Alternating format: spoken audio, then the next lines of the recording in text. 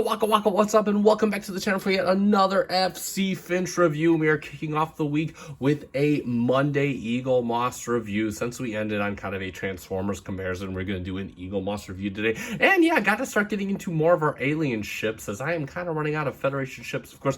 Now that I'm starting to get back into collecting Eaglemoss, there's some new stuff coming in, so we got plenty of that to look forward to. But today on the table, we have one of my favorite, in fact, my favorite Klingon ship, the Klingon Vor'Cha class. And yeah, again, awesome ship. I got a few things to say about it as far as being on cameras. Quite frankly, it's a shame that we didn't see more of this ship on camera, and unfortunately every time we did see it, it was kind of always getting its ass kicked, so unfortunately for that. But nevertheless, we are going to be taking a look at this model today, and of course taking a look at the model means taking a look at the magazine too, so we're going to get right to that. I'm going to move the ship off to the side, and of course there we have a nice frontal shot of the Klingon Vor'Cha battle cruiser. And again, I love this detailing where you get like the grills, the lights coming, and just really cool. I always kind of love this kind of a modern take, or modern for the 90s take on a Klingon battle cruiser. It is a Klingon Vor'Cha class, launched in the 24th century, a length of 481 meters and a speed of warp 9.6.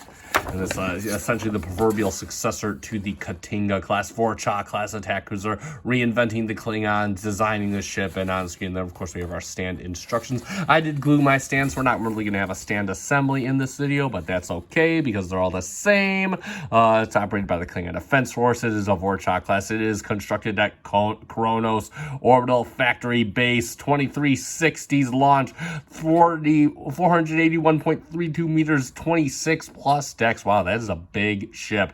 And a crew of 1900. Wow. Warp 9.6 disruptor cannons and proton torpedo launchers. You know that the Klingons are probably sleeping like, in bags, like, they're all sleeping like in it's barracks quarters type of. There are some nice close-up shots of the Vor'Cha class.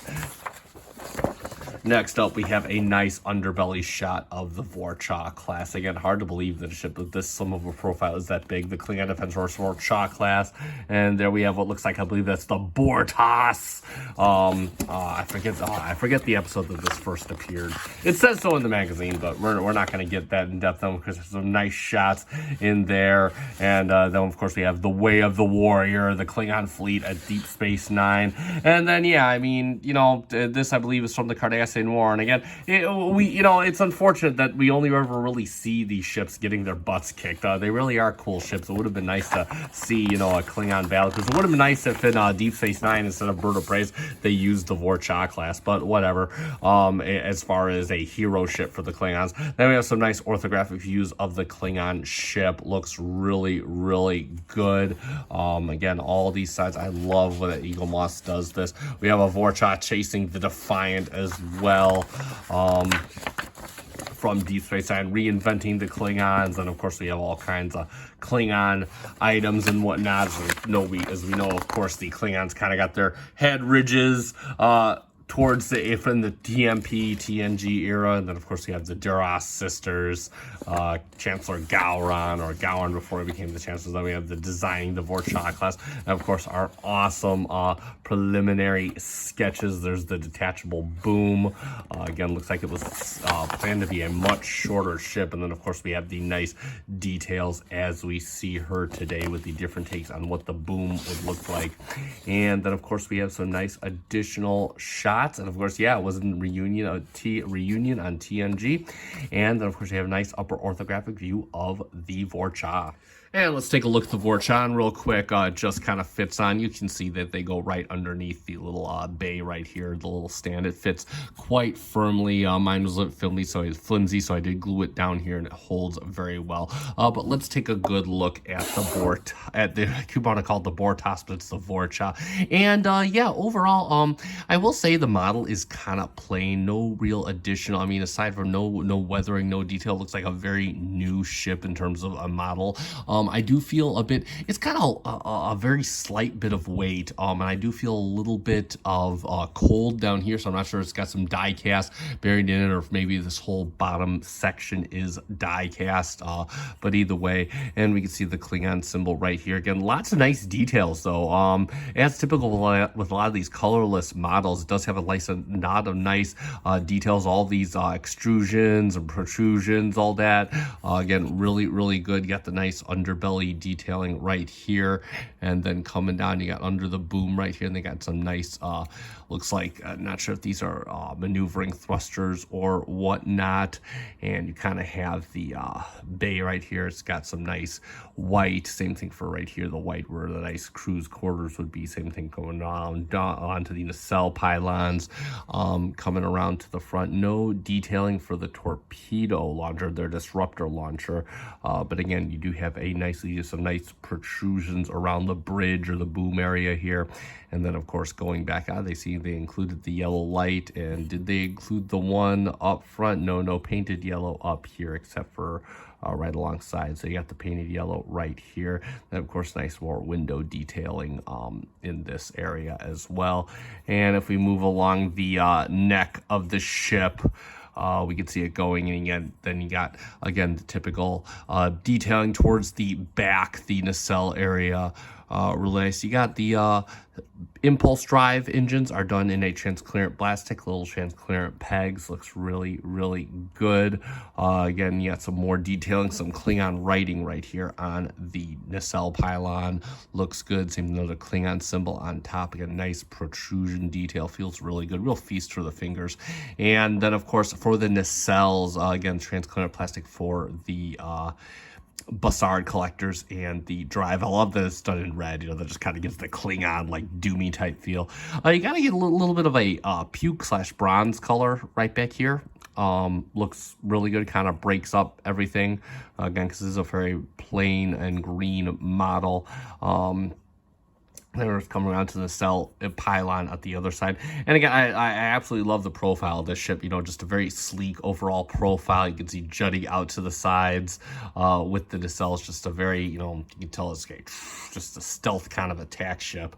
And again, I say this, I've been saying this a couple times in this review already. It's really a shame. I really do love the profile of this ship. I think it's a great looking ship, a great looking modernish adaptation of what a Klingon ship should be. Or rather, you know, back when they were doing the Next Generation, a 24th century Klingon ship. And it's just a shame that we really did not see much of this ship. And whenever we did, it always seemed to be getting its butt kicked.